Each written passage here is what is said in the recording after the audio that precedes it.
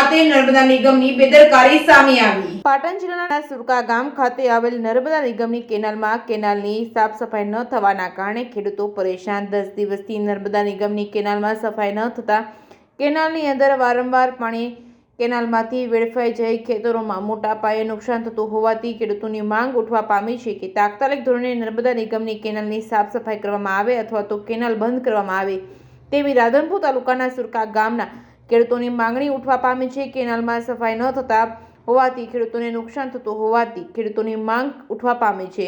Reporting by Manu Thakkar, Radhanpur.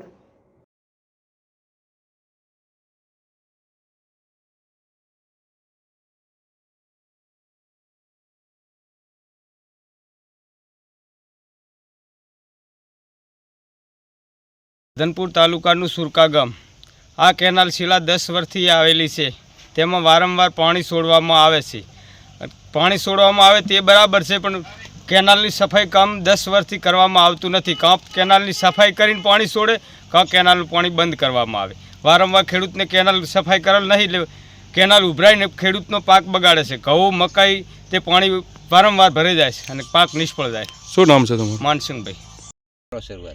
સુરકા ગામ સુરકા, તાલુકો રાધનપુર।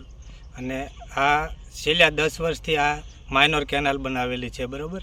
એની અંદર સફાઈ કામ કર્યા વગર કેનાલની અંદર પાણી છોડવામાં આવે છે, જેથી કરીને કેનાલ ઓવરફ્લો થવાથી ખેડૂતોને નુકસાન થાય છે।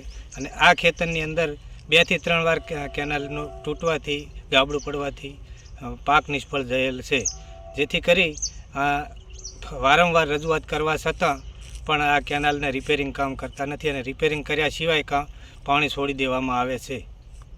શું નામ છે તમારું? કરશનભાઈ હરખાભાઈ।